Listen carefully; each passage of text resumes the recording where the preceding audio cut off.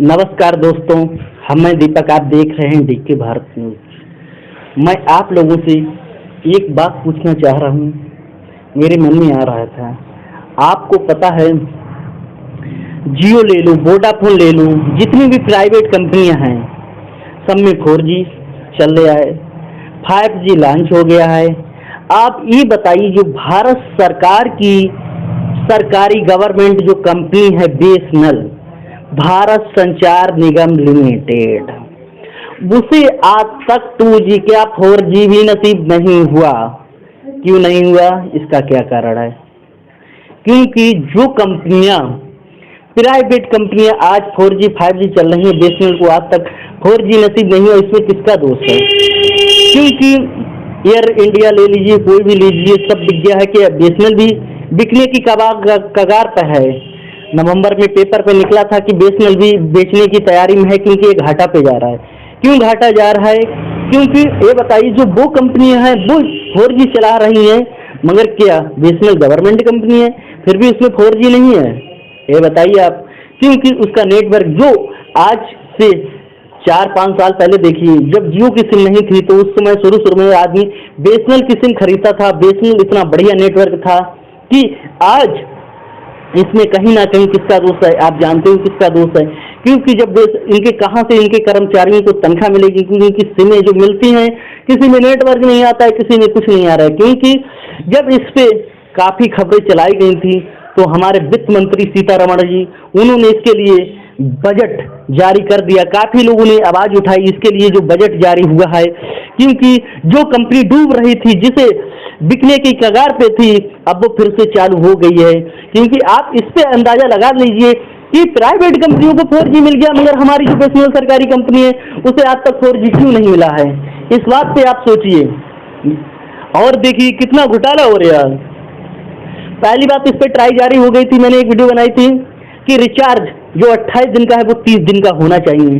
Salary तो आप पूरी 30 दिन की लेते हो और खाना भी पूरा 30 दिन का खाते हो, मतलब 2 दिन लेस करके कम से कम कंपनियां 4000 करोड़ रुपए कमा रही हैं।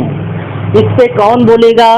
कोई नहीं बोलेगा, क्योंकि सब लोगों को पता है कि आपने इस पे कोई बाउंडेशन नहीं है। ये बताइए, हर चीज पे कानून बना, इस पे कानून क्यों नहीं बना? पहले इनकमिंग जो लाइफ टाइम थी, जब देखो तो रेट बढ़ाए जा रहे हैं रिचार्ज के। कभी 100 रुपए, कभी 50 रुपए, कभी 35 वाला रिचार्ज आज 100 रुपए पहुंच गया। इस पे कोई क्यों नहीं कहता है? कहेगा कौन? क्योंकि ऐसा जो चीजें युक्त हैं, यूज वाली हैं, वो महंगी हो रही हैं। जो कभी कभी यूज होती हैं वो महंगी नहीं होती हैं। क्योंकि आदमी खाना बगैर खाए रह सकता है, मगर बगैर रिचार्ज के नहीं रह सकता है। इसीलिए मैं आपको बता रहा हूं कि रिचार्ज वास्तव में 30 दिन का होना चाहिए, जो 28 दिन का होता है।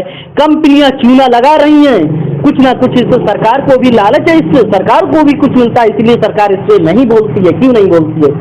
हर काम में सरकार आगे बोलती है, इस पे क्यों नहीं बोलती है? तो आप मुझे बताइए कि रिचार्ज 30 दिन का क्यों नहीं होना चाहिए? मनमानी जब चाहे तब रुपए बढ़ा लेते हो, जब चाहे तब रुपए बढ़ा लेते हो। इससे क्यों नहीं कोई बाउंडेशन नहीं? क्यों नहीं कोई कानून बनता है? मैं ज्यादा नहीं बोलूंगा, नहीं तो लोग मुझे भी लपेटेंगे, मैं उससे डरता नहीं। दोस्तों, अगर आपको ये वीडियो अच्छी लगी हो तो शेयर करें, ज्यादा से ज्यादा लाइक करें, जिससे रिचार्ज 30 दिन का होना चाहिए। क्योंकि जब आप खाना 30 दिन का खा रहे हैं, रिचार्ज 30 दिन का होना चाहिए। सैलरी तो पूरी 30 दिन की ले रहे हो, तो रिचार्ज 28 दिन का क्यों ले रहे हो? क्योंकि जो बजट बीएसएनएल ने जारी किया, जगह जगह इसके टावर लगेंगे, तो 4G लॉन्च होगा, फिर देखिए आप। क्योंकि अभी तक बताओ आप कि कितने सालों में 4G नसीब नहीं हुआ बीएसएनएल। जो भारत संचार निगम लिमिटेड बोली जाती, सरकारी कंपनियां बोली जाती थी, सब कुछ बोला जाता था उससे। क्योंकि सरकारी हर आइटम बेचने की कगार पे है। क्योंकि उसे क्यों उठाया? कहां से इनके कर्मचारी, कितने भी कर्मचारी बीएसएनएल के बाहर किए गए, जब वो चले गए नहीं, कहां से उन्हें वेतन मिलेगा, कहां से कुछ होगा? और आप देखिए, क्योंकि वोडाफोन ले ली, सब कंपनी प्राइवेट को हर सुविधा मिल रही है, 4G दे रहे हैं, 5G चले, बीएसएनएल को क्यों नहीं मिल रही है? अब मिलेगी, क्योंकि अब बजट हमारे वित्त मंत्री सीतारमण जी ने जारी कर दिया, जगह जगह टावर चलेंगे। क्योंकि इससे जब खबर चली थी, कम से कम 1 लाख लोगों ने कम से कम अपनी सिम बीएसएनएल में पोर्ट करा दी है। दोस्तों, मैं अपनी वाणी को यहीं पर विराम करता हूँ। धन्यवाद। आप देख रहे थे डीके भारत न्यूज।